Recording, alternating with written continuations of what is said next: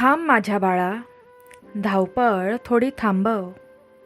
आज तुझ्या आयुष्यातला तो दिवस उजाडला आहे, ज्या दिवशी तुझी अपात्रता साक्षात दैवी पात्रतेत बदलणार आहे. तुला वाटतंय ना की तुला कुणी समजत नाही. तुला वाटतंय ना की तुम्ही जगाच्या नजरेत कमी पडताय. तर आजचा हा गुरुचरित्रातील 8वा अध्याय केवळ तुझ्यासाठीच आहे. हा अध्याय म्हणजे एक अशी अद्भुत किमया आहे, जिथे साक्षात श्री गुरूंनी एका दगडासारख्या जड बुद्धीच्या मुलाला त्रैलोक्यातील विद्वान बनवलं. बाळा, जर दत्तगुरू एका मतिमंद मुलाच्या नशिबाच्या रेषा एका क्षणात बदलू शकतात, तर तुझ्या आयुष्यातील बेरोजगारी, अज्ञान, अपमान आणि अपयशाच्या रेषा बदलणं त्यांच्यासाठी कठीण आहे का? आजच्या या कथेतून तुला कळेल की जेव्हा आईची आर्तहाक आणि गुरूंची कृपा एकत्र येते, तेव्हा प्रारब्धसुद्धा नतमस्तक होतं. जर तुला वाटत असेल की तुझे शत्रू तुझ्यावर हसत आहेत, तुला समाजात मान मिळत नाहीये किंवा तुझ्या मुलांच्या बुद्धीचा विकास होत नाहीये, तर हा अध्याय तुझ्या आयुष्यातील अंधार कायमचा संपवून टाकेल. दत्तगुरू तुला आज साथ घालत आहेत. ते म्हणतात, बाळा, तू स्वतःला कमी लेखू नकोस. तू माझ्या चरणाशी आला आहेस ना, मग आता तुझ्या भाग्याचे सोने करण्याची जबाबदारी माझी आहे. ज्या शनिप्रदोष व्रताने साध्या गवळ्याच्या मुलाला राजवैभव मिळवून दिले, तेच सामर्थ्य आज तुझ्या घरात प्रवेश करणार आहे. जर तुझ्या स्वामींवर, तुझ्या दत्तगुरूंवर काडी मात्र विश्वास असेल, तर आत्ताच्या आत्ता कमेंटमध्ये श्री गुरुदेव दत्त माझा हात धरा असं टाईप करा. तुमची ही एक साथ तुमच्या आयुष्यातील संकटांचा डोंगर फोडण्यासाठी पुरेशी आहे. आजची ही सेवा फक्त स्वतःपुरती मर्यादित ठेवू नका. तुमच्या एका शेअरमुळे एखाद्या निराशेच्या गर्तेत अडकलेल्या जीवाला जीवदान मिळू शकतं. लक्षात ठेवा, भक्तीचा प्रसार हाच खरा दत्तप्रसादाचा भाग आहे. कथेच्या शेवटी आपण एक बुद्धी आणि ऐश्वर्य वृद्धी देणारी विशेष प्रार्थना करणार आहोत, जी तुमच्या घराण्यातील दारिद्र्य, अज्ञानाचा नाश करेल. ती प्रार्थना अजिबात चुकवू नका. चला तर मग एका आईच्या भक्तीचा आणि गुरूंच्या अगाध शक्तीचा हा सोहळा डोळे भरून अनुभवूया. भक्त हो, मागील अध्यायात आपण पाहिलं की गोकर्ण क्षेत्री साक्षात दत्तात्रेयांनी शिवलिंगाचे महत्त्व आणि त्या क्षेत्राचा महिमा आपल्या भक्तांना सांगितला. गोकर्ण महात्म्य ऐकून आपण भक्तीच्या सागरात न्हाऊन निघालो. पण श्री गुरूंच्या त्या अद्भुत लीला इथेच संपत नाहीत. आज आपण एका अशा रहस्याचा उलगडा करणार आहोत, जिथे एका माऊलीची श्रद्धा साक्षात परमेश्वराला तिचा पुत्र बनण्यास भाग पाडते. जर तुम्ही मागील अध्याय ऐकला नसेल, तर तो आपल्या चॅनलवर नक्की पहा, जेणेकरून तुम्हालाही गुरुचरित्राची दैवी साखळी पूर्णपणे समजेल आणि श्री गुरूंचा आशीर्वाद प्राप्त होईल. भक्त हो, जर तुम्हाला या आधीचा 7वा अध्याय ऐकायचा असेल, तर काळजी करू नका. तो अध्याय ऐकण्यासाठी तुम्ही आता तुमच्या मोबाईलच्या स्क्रीनवर वरच्या कोपऱ्यात एक पांढरी पट्टी दिसेल, आय बटन, तिथे बोट टेकवा किंवा या व्हिडिओच्या खाली निळ्या रंगाची एक लिंक दिली आहे, त्यावर क्लिक करून तुम्ही मागील कथा सहज ऐकू शकता. कुरवपूर, कृष्णा नदीच्या काठावर वसलेले एक शांत आणि पवित्र गाव. नदीच्या पाण्याचा संथ आवाज आणि मंदिरातील घंटानाद तिथे नेहमीच भक्तीचे वातावरण निर्माण करायचा. याच गावात एक वेदशास्त्र संपन्न ब्राह्मण कुटुंब राहत होते. त्यांचे नाव होते अंबिका आणि त्यांच्या पतींचे नाव होते विप्र. अंबिका ही केवळ नावानेच नव्हे, तर स्वभावानेही साक्षात लक्ष्मीसारखी होती. सुशील, आचारी विचारी आणि पतीची मनोभावे सेवा करणारी. पण नियतीला काही वेगळेच मान्य होते. या सुखी संसारावर दुःखाचे काळे ढग दाटून आले होते. अंबिका आई झाली, पण तिचे सुख फार काळ टिकले नाही. तिच्या पदरी मुले झाली, पण ती काही दिवसातच मृत्यू पावली. एका आईसाठी यापेक्षा मोठं दुःख दुसरं कोणतं असू शकतं? आपल्या हातावर खेळणारे बाळ अचानक शांत व्हावे आणि त्याचे निष्प्राण शरीर पाहावे लागणे, हे दुःख अंबिकेने अनेकदा सहन केले. तिने देवाचे पाय धरले, अनेक तीर्थयात्रा केल्या, नवस केले, पण पदरी फक्त रीतं पाळणं आणि डोळ्यात पाणी उरलं. पुन्हा एकदा तिने देवाची आराधना केली आणि एका मुलाचा जन्म झाला. अंबिकेला वाटले, कदाचित माझ्या कर्माचे फळ मिळाले, माझा मुलगा वाचला. पण नियतीने एक पुन्हा क्रूर डाव मांडला होता.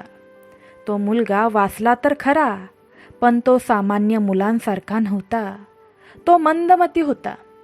तो मुलगा मोठा होऊ लागला, पण त्याच्या तोंडून एकही शब्द उमटत नव्हता.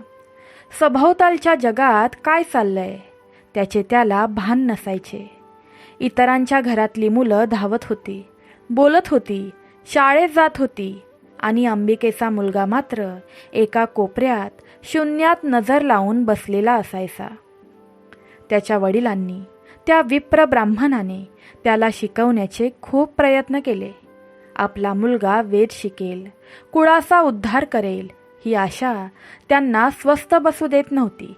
पण तो मुलगा अडाणी, मुका आणि बहिऱ्यासारखा वाटायचा. अंबिकेची माया मात्र कमी झाली नाही. ती त्याला जवळ घ्यायची, त्याच्या डोक्यावरून हात फिरवायची आणि देवाला विचारायची, देवा, माझ्याच कर्मात हे का? ज्या माऊलीला मुलांसाठी आयुष्यभर रडावं लागलं, तिला हे कसले फळ दिलेस? हा तर फक्त या दुःखाचा आरंभ होता. अंबिकेच्या आयुष्यातील सर्वात मोठी वादळे अजून यायचीच होती.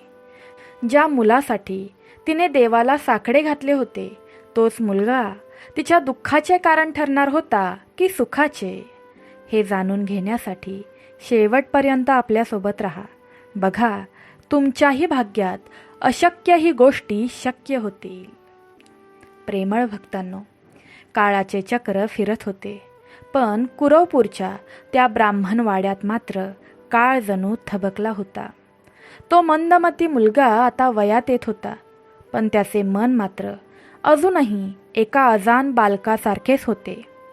ज्या वयात मुलांनी वडिलांसोबत वेदांचे पठण करायचे, यज्ञ यागाचे विधी शिकायचे, त्या वयात हा मुलगा मात्र रिकाम्या नजरेने भिंतीकडे पाहत तासनतास बसून राही. त्याचे वडील, जे स्वतः मोठे विद्वान होते, त्यांचे हृदय या परिस्थितीने विदीर्ण होत असे. त्यांनी हजारो मुलांना शिकवले होते, पण आपल्याच मुलाला अक्षरसुद्धा उमजत नाही, हे शल्य त्यांना आतून पोखरत होते. कधी कधी मायेपोटी ते त्याला जवळ घेत, तर कधी निराशेच्या भरात त्याच्यावर ओरडत. पण त्या मुलावर कसलाच परिणाम होत नसे. तो ना रडायचा ना काही बोलायचा, तो फक्त शून्यात बघत राहायचा. शेवटी मुलाच्या या जडत्वाची आणि समाजाच्या टोमण्यांची चिंता त्या पित्याला सहन झाली नाही. ज्या पुत्राने म्हातारपणाची काठी व्हायला हवे होते, तोच पुत्र आता एक न सुटणारे कोडे बनला होता. याच विवंचनेत चिंतेने ग्रासलेल्या त्या ब्राह्मणाचे देहावसान झाले. अंबिकेचे आयुष्य जणू एका क्षणात अंधारात बुडाले. घराचा आधार गेला, पतीची सावली हरपली आणि पदरी उरला तो फक्त एक मुलगा, जो स्वतःचे रक्षण करायलाही असमर्थ होता. आता अंबिकेवर डोंगर कोसळला होता. घरात अन्नाचा कणही नव्हता. पतीच्या निधनानंतर ज्या नातेवाईकांनी आणि समाजाने मदतीचा हात द्यायला हवा होता, त्यांनीच आता तोंड फिरवले. पण आईचे हृदय ती स्वतःच्या पदराची झोळी करून कुरवपूरच्या गल्लोगल्ली भिक्षा मागू लागली.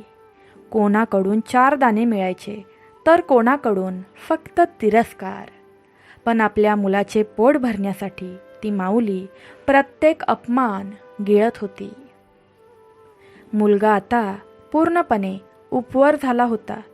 त्याचे वय लग्नाचे झाले होते, पण कुरवपूरमध्ये त्याची ख्याती मतिमंद म्हणून पसरली होती. या दगडासारख्या मुलाला कोण मुलगी देणार? हा तर वंशाचा दिवा नाही, तर कुळाला लागलेले लांछन आहे. अशा जहरी शब्दांनी गावकरी त्यांची निंदा करू लागले. लोक त्याच्यासमोर म्हणत, अरे मूर्खा, तुझ्या वडिलांच्या नावाचा डंका 4 राष्ट्रात होता. ते वेदशास्त्र संपन्न होते आणि तू मात्र भिक्षा मागून जगतोयस. तुला लाज वाटत नाही का? यापेक्षा गंगेत उडी मारून प्राण का देत नाहीस? हे शब्द एखाद्या बाणासारखे त्या पुत्राच्या काळजाला आरपार चिरून गेले.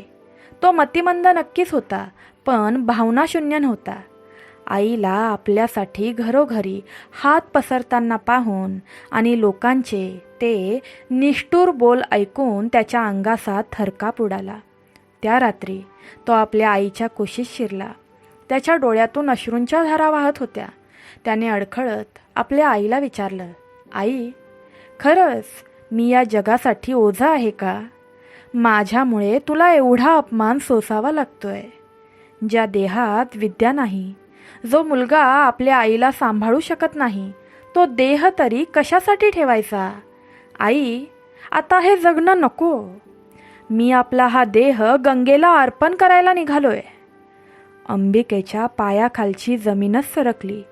पती गेल्यावर हा एकच आधार उरला होता आणि आता तोही मृत्यूची भाषा करत होता.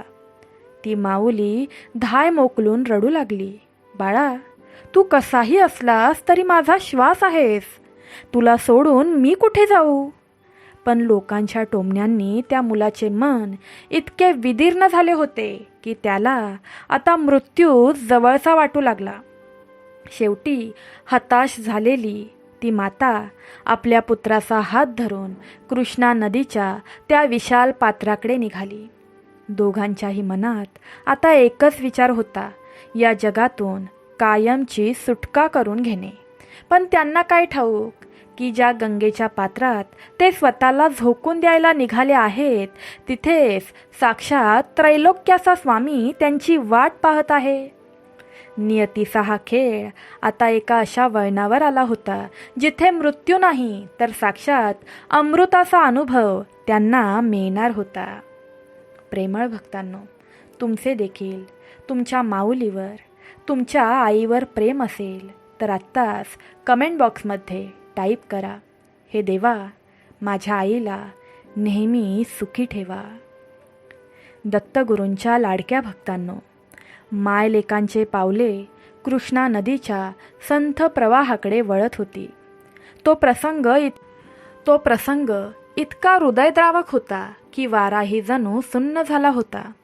अंबिकेच्या मनात पतीच्या आठवणी आणि मुलाचे केविलवाणे रूप एकामागून एक येत होते.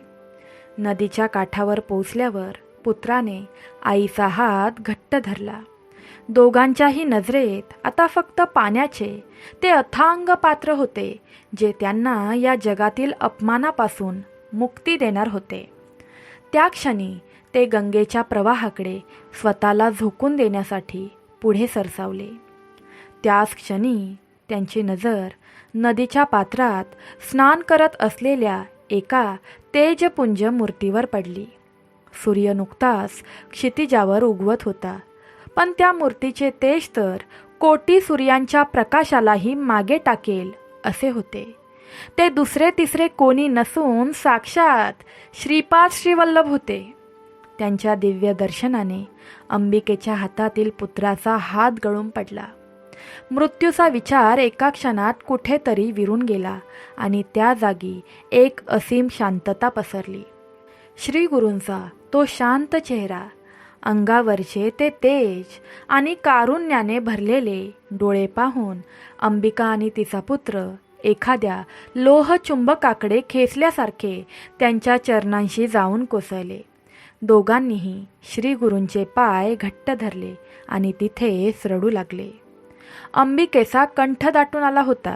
तिने हात जोडून विनंती केली, हे कृपा सिंधू, हे परमेश्वरा, आम्ही जगाच्या नजरेत गुन्हेगार आहोत. आम्हाला मरणाची आज्ञा द्या. आत्महत्येसारखे महापाप करायला आम्ही निघालो आहोत, कारण या दुनियेने आम्हाला जगू दिले नाही. माझ्या या मुलाला लोक मतिमंद म्हणून हिणवतात. मला पदोपदी अपमानित व्हावे लागते. देवा, या दुःखातून आम्हाला कायमचे सोडवा. श्रीपाद श्री वल्लभांनी आपल्या अमृतमय नजरेने त्या माऊलीकडे पाहिले. त्यांच्या चेहऱ्यावर एक दैवी स्मित उमटले. ते अत्यंत मृदू आवाजात म्हणाले, माते, उठ. हे मरण कसले मागत आहेस? आत्महत्या हा दुबळ्यांचा मार्ग आहे, भक्तांचा नाही.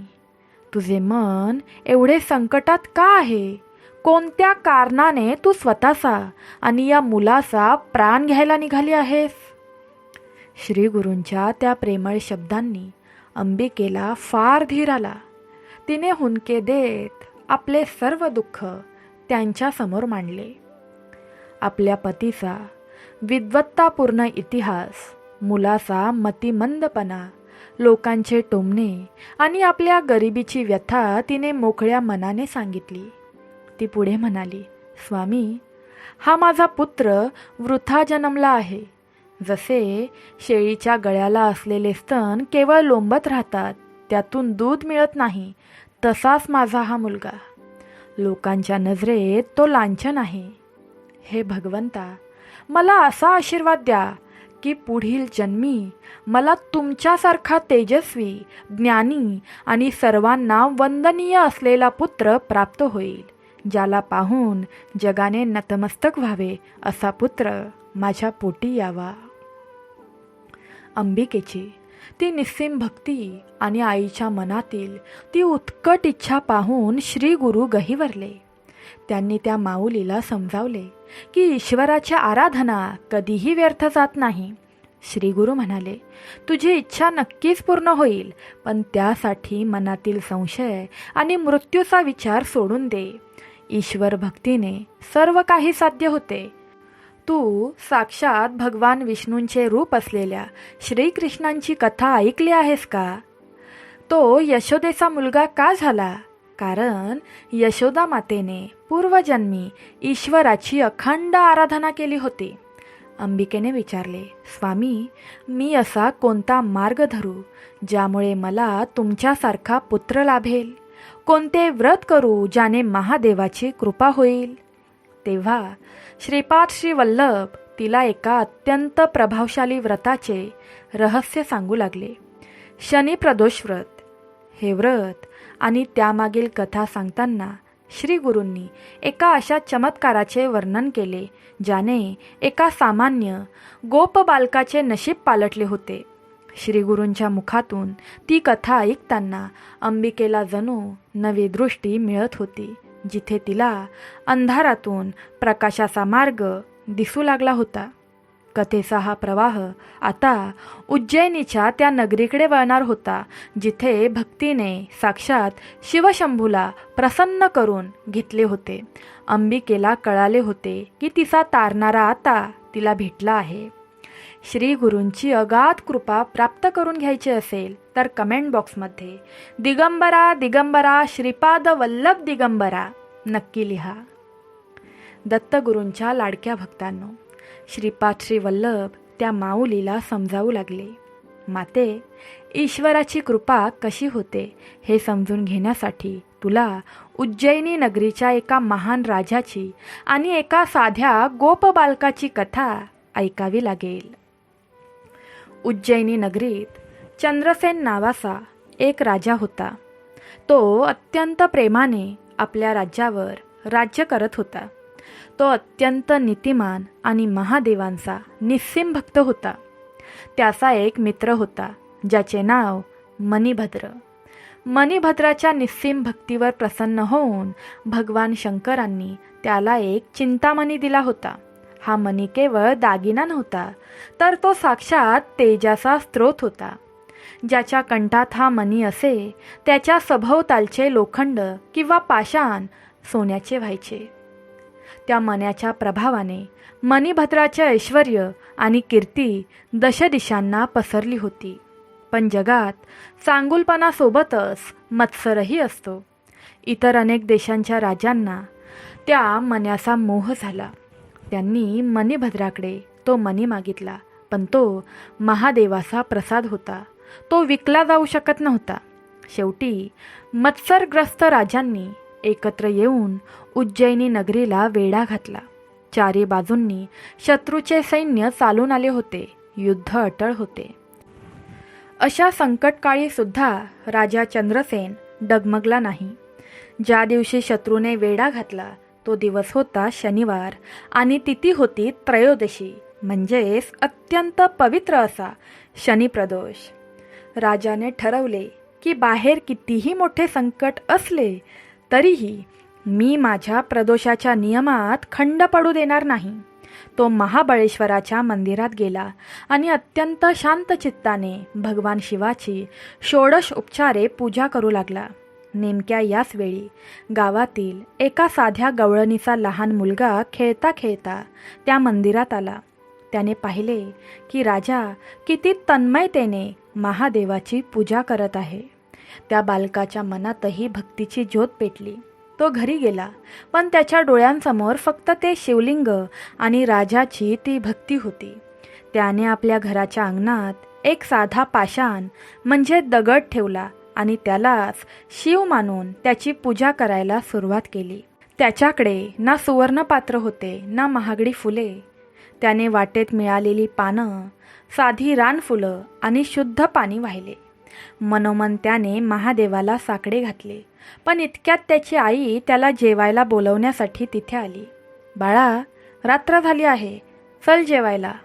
आई ओरडली, पण तो मुलगा आपल्या कल्पित शिवपूजेत इतका मग्न होता की त्याला जगाचे भानच उरले नव्हते. शेवटी रागाच्या भरात आईने त्याची ती दगडाची पूजा उधळून लावली. पाषाण दूर फेकून दिला आणि त्याला मारत मारत घरात नेले. आपल्या देवाचा अपमान झाला आणि पूजा अर्धवट राहिली. या दुःखाने तो लहानगा गोपकुमार धाय मोकलून रडू लागला. त्याने अन्नाचा त्याग केला. त्याच्या त्या निरागस आणि उत्कट भक्तीने साक्षात कैलासपती शंकर प्रसन्न झाले आणि मग तिथे असा काही चमत्कार घडला ज्याने संपूर्ण उज्जैनी नगरी थक्क झाली. तो प्रसंग असा होता की ज्यामुळे शत्रूचे सैन्यसुद्धा नतमस्तक झाले आणि त्या बालकाच्या भक्तीने काय घडवले हे आपण पुढच्या प्रवासात पाहूया. त्या रात्री उज्जैनीमध्ये एक अद्भुत चमत्कार घडला. त्या लहानग्या गोपकुमाराने जेव्हा डोळे उघडले तेव्हा त्याला स्वतःच्या डोळ्यांवर विश्वासच बसेना. ज्या अंगणात त्याची साधी पाषाणाची पूजा आईने उधळून लावली होती तिथे आता एक भव्य दिव्य रत्नखचित शिवालय उभे होते. ते मंदिर इतके तेजोमय होते की त्याच्या प्रकाशाने रात्रीचा अंधारही लोप पावून गेला. साक्षात सूर्यासारखे तेज त्या शिवालयातून ओसंडून वाहत होते. त्या बालकाने त्या दगडाला शिव मानले होते. तो दगड आता मौल्यवान रत्नांनी जडलेल्या शिवलिंगात रूपांतरित झाला होता. प्रत्यक्ष शिवशंभूने त्या बालकाच्या निरागस भक्तीसाठी तिथे निवास केला होता. सकाळ होताच संपूर्ण उज्जैनी नगरीत ही वार्ता पसरली. राजा चंद्रसेन आणि इतर प्रजाजन धावतच तिथे आले. ते दिव्य शिवालय पाहून सर्वांचे मस्तक नतमस्तक झाले. इतकेच काय तर नगराला वेढा घालून बसलेल्या शत्रू राजांना जेव्हा हे समजले तेव्हा त्यांचा गर्व एका क्षणात गळून पडला.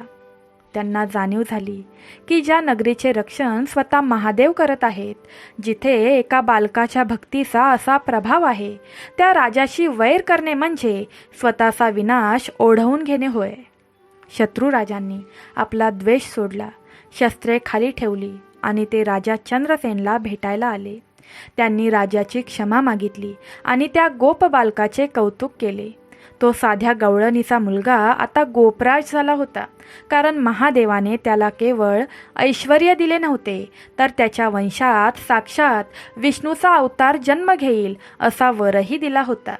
श्रीपाद श्री वल्लभ ही कथा सांगून अंबिकेला म्हणाले, पाहिलेस माते, केवळ एक दिवस शनिप्रदोषी त्या बालकाने अजाणतेपणी केलेली पूजा त्याला एवढे मोठे फळ देऊन गेली. मग तू तर ही पूजा पूर्ण श्रद्धेने आणि जाणीवपूर्वक करणार आहेस, मग तुला फळ का मिळणार नाही? श्री गुरूंच्या या शब्दांनी अंबिकेच्या मनात आशेचा दीप प्रज्वलित झाला. तिचे मरण पावणारे विचार आता पूर्णपणे पुसले गेले होते. तिने मनोमन ठरवले की मी सुद्धा हे प्रदोष व्रत पूर्ण निष्ठेने करीन.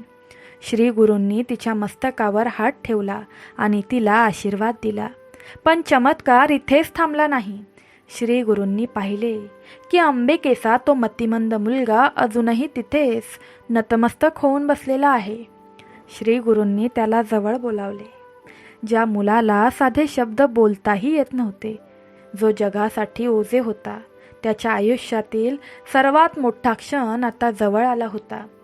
ज्याला नीट बोलताही येत नव्हते, त्या मुलाच्या भाग्यात आता मोठा चमत्कार होणार होता.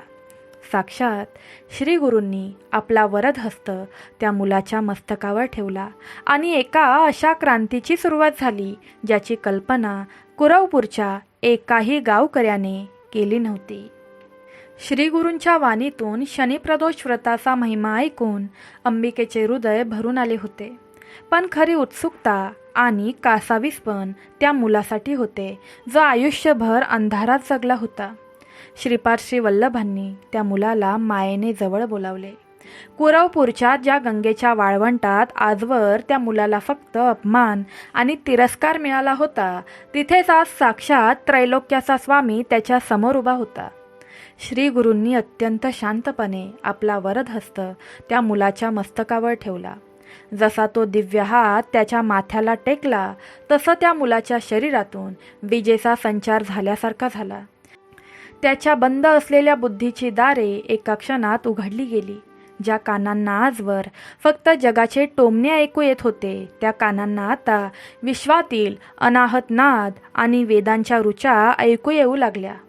ज्या जिभेला साधे शब्द उच्चारताही येत नव्हते, ती जीभ आता सरस्वतीच्या अधिष्ठानाने थरथरू लागली.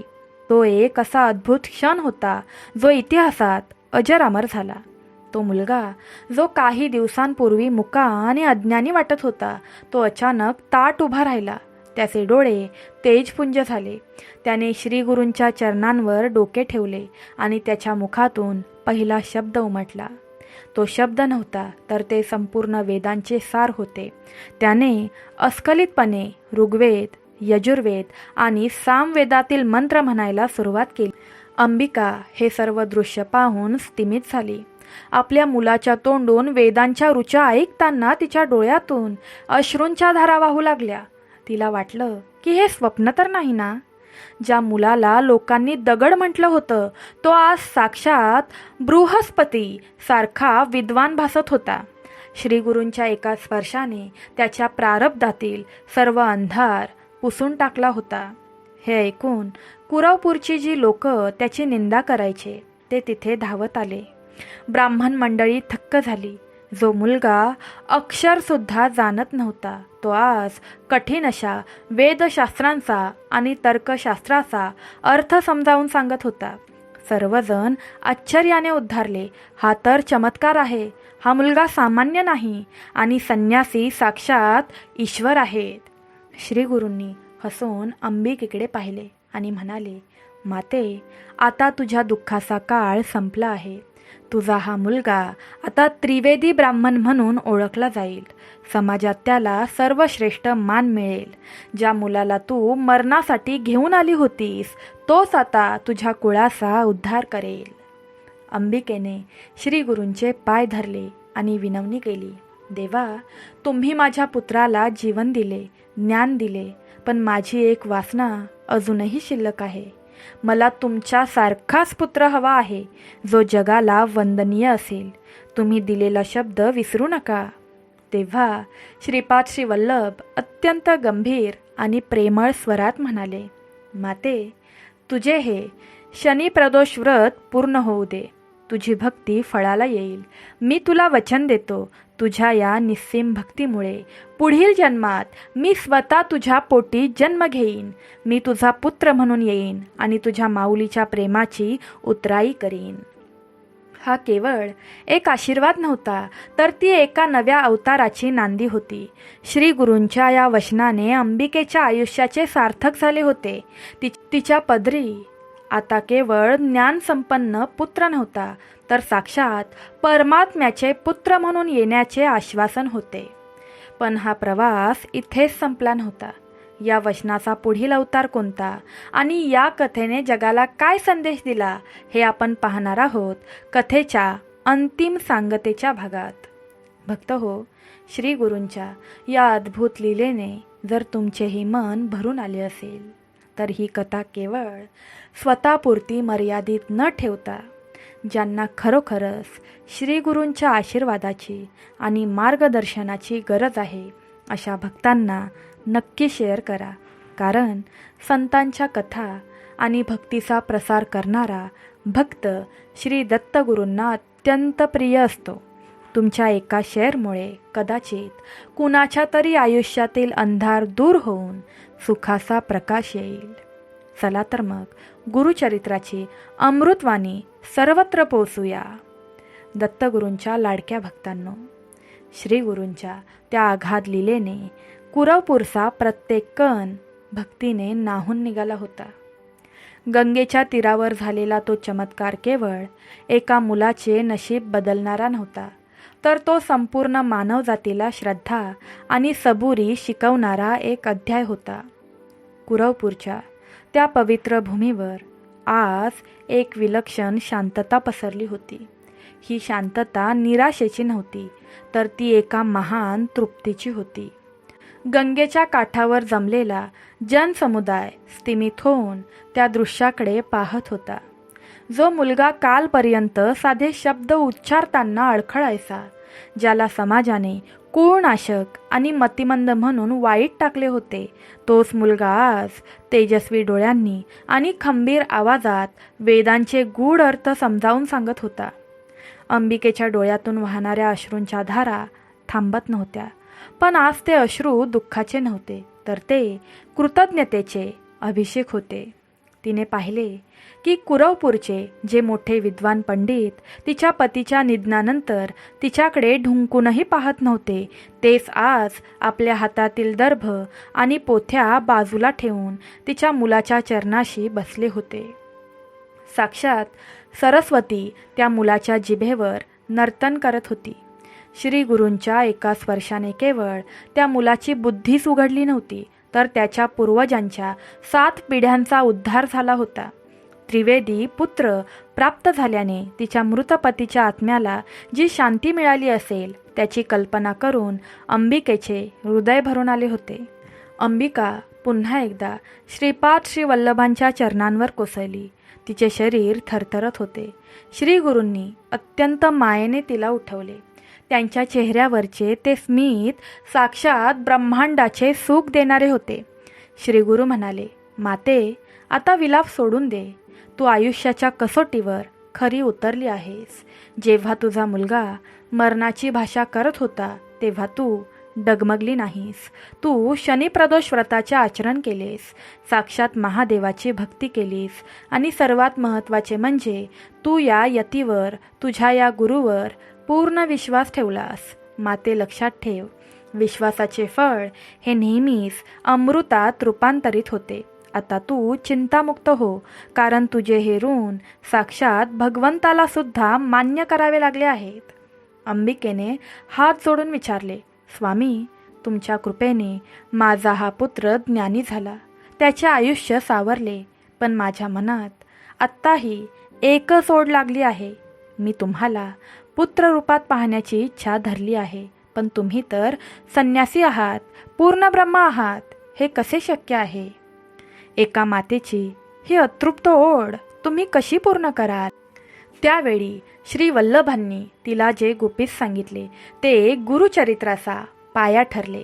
ते म्हणाले, माते ईश्वरासाठी भक्त हाच त्याचा पिता आणि त्याची माता असतो. तू आज माझ्याकडे जे मागितले आहेस ते देण्यासाठी मी बांधला गेलो आहे. या जन्मी मी श्रीपाद श्री वल्लभ म्हणून प्रकट झालो आहे, पण तुझे मातृत्व पूर्ण करण्यासाठी मी पुन्हा अवतार घेईन. पुढील जन्मी तू अंबा भवानी या नावाने जन्म घेशील. तुझ्या त्या जन्मात मी तुझा पुत्र म्हणून तुझ्या कुशीत खेळेन. माझे ते रूप नूरसिंह सरस्वती या नावाने साऱ्या जगात विख्यात होईल. श्री गुरूंचे हे शब्द ऐकून अंबिका अवाक झाली. साक्षात परमेश्वर तिच्या पोटी जन्माला येणार होता. श्री गुरु पुढे म्हणाले, मी तुझ्या पोटी येईन, तुला पुत्राचे सुख देईन, पण माझे कार्य मोठे आहे. मी बालपणीच पुन्हा एकदा संन्यासाची दीक्षा घेईन आणि धर्मरक्षणासाठी बाहेर पडीन. पण तू चिंता करू नकोस. तुझ्या पोटी इतरही पुत्र जन्माला येतील जे तुझा सांभाळ करतील. माते, तुझा त्याग आणि तुझा अपमान आज सार्थकी लागला आहे. ज्या भक्तीने तू महादेवाला साकडे घातले त्या भक्तीसमोर साक्षात दत्तगुरूंनी आपली माया गुंडाळून तुला वचन दिले आहे. भक्तांनो, या अध्यायातील घटनांकडे आपण जेव्हा बारकाईने पाहतो तेव्हा जीवनाचे 2 महान सिद्धांत आपल्या समोर येतात. गुरूंचे अगाध सामर्थ्य आणि प्रारब्ध. शास्त्रात असे म्हटले आहे की प्रारब्ध कोणालाही चुकत नाही, पण गुरुचरित्र सांगते जेव्हा एखादा भक्त पूर्ण शरणागतीने गुरूंच्या चरणी येतो तेव्हा साक्षात ब्रह्मदेवानी लिहिलेले कपाळलेख पुसण्याची ताकद गुरु धारण करतात. अंबिकेचा मुलगा मतिमंद होता, हे त्याचे पूर्वसंचित कर्म होते, पण श्री गुरूंच्या एका स्पर्शाने त्याच्या बुद्धीचे जडत्व एका क्षणात नष्ट झाले.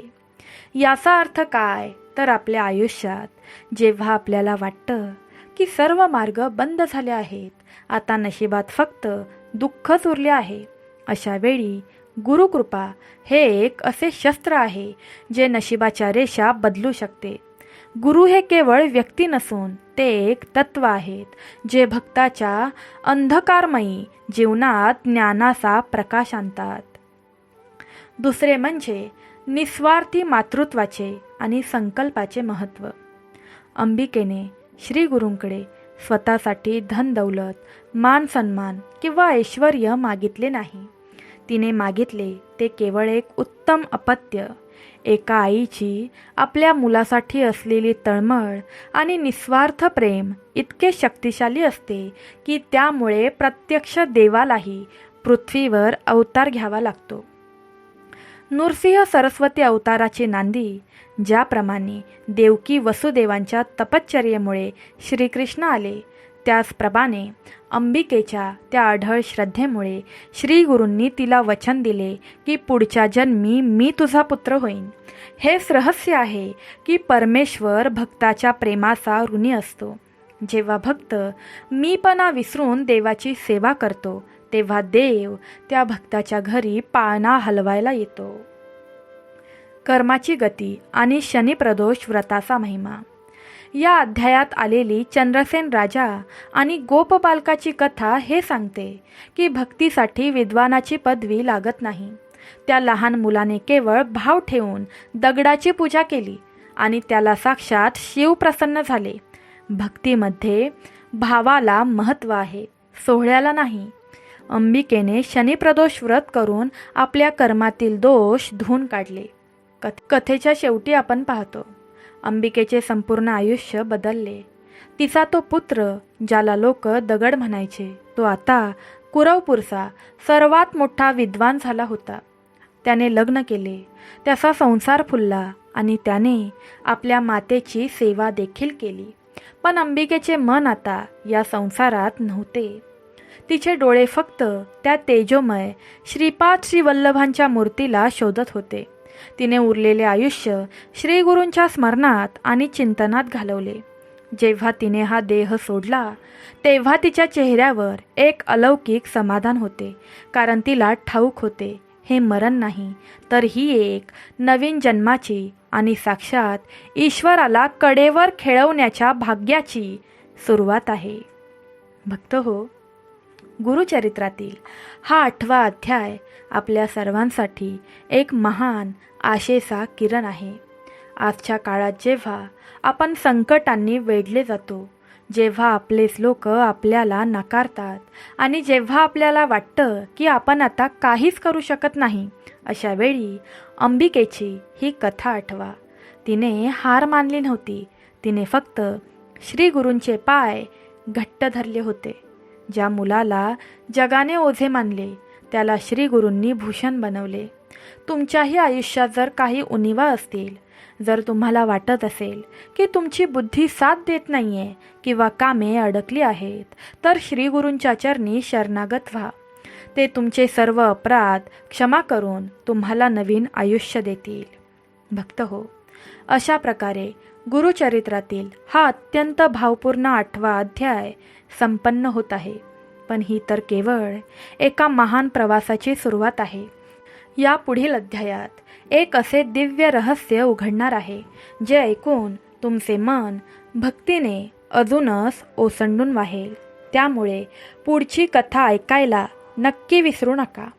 लक्षात ठेवा, गुरुचरित्रातील या प्रत्येक अध्यायाची साखळी जेव्हा पूर्ण होईल आणि तुम्ही ती मनापासून श्रवण कराल, तेव्हा तुम्हाला दत्त महाराजांची अशी प्रचिती येईल, ज्याचा तुम्ही स्वप्नातही विचार केला नसेल. त्यांचे आशीर्वाद तुमच्या पाठीशी सदैव राहतील. आज गुरुचरित्राचा हा 8वा अध्याय आणि ही कथा सांगताना माझ्याकडून वाचताना किंवा बोलताना कळत नकळत काही चूक झाली असेल, तर आपली एक लहान बहीण समजून मला नक्की क्षमा करा. शेवटी मी देखील दत्तगुरूंच्या चरणांच्या धुळी समान एक सामान्य भक्त आहे. माझा हा प्रयत्न फक्त त्या माऊलीच्या चरणी केलेली एक छोटीशी सेवा आहे. भक्त हो, कथा तर संपली, पण आता वेळ आली आहे ती श्री गुरूंच्या दरबारात आपले गाऱ्हाणे मांडायची. तुमचे डोळे शांतपणे मिटून घ्या. तुमच्या दोन्ही हातांच्या तळव्यांना जोडून ते आपल्या हृदयाजवळ ठेवा. कल्पना करा की साक्षात दत्तगुरू महाराज, श्रीपाद श्री वल्लभ, स्वामी समर्थ आई तुमच्या समोर उभे आहेत आणि ते तुमच्याकडे अत्यंत मायेने पाहत आहेत. जसे त्या माऊलीने, अंबिकेने आपली व्यथा मांडली, तसेच आता तुम्ही तुमच्या मनातलं दुःख त्यांना सांगा. हे करुणा करा. हे कृपा सिंधू श्रीपाद श्री वल्लभ दत्त महाराजा, आज आम्ही तुमच्या चरणी अनन्य भावाने नतमस्तक झालो आहोत. ज्याप्रमाणे तुम्ही कुरवपूरच्या त्या माऊलीची, अंबिकेची आर्त हाक ऐकलीत आणि तिच्या मतिमंद पुत्राला साक्षात ज्ञानाचा सागर बनवलेत, तशीच कृपा आमच्यावरही करा. महाराज, आम्ही अजाण आहोत. आमच्या हातून कळत नकळत अनेक चुका घडल्या असतील, तर पदरात घेऊन आम्हाला क्षमा करा. आमच्या बुद्धीवर जे अज्ञानाचे आणि संशयाचे पडदे आले आहेत, ते तुमच्या कृपेने दूर करा. ज्यांच्या घरात मुलांच्या शिक्षणात अडचणी येत आहेत, ज्यांना नोकरी व्यवसायात अपयश येत आहे किंवा ज्यांना समाजात मान सन्मान मिळत नाहीये, अशा सर्व भक्तांच्या पाठीशी तुम्ही उभे राहा. या अध्यायातील त्या शनिप्रदोष व्रताचे फळ आम्हालाही लाभू दे. आमच्या घरातील दारिद्र्य, कर्ज आणि शत्रुबाधा तुमच्या तेजाने भस्म होऊ दे. स्वामी, आमचा हात धरून आम्हाला योग्य मार्गावर न्या. मी पुन्हा येईन असे जे वचन तुम्ही अंबिकेला दिलेत, त्याच विश्वासाने आम्ही तुमची वाट पाहत आहोत.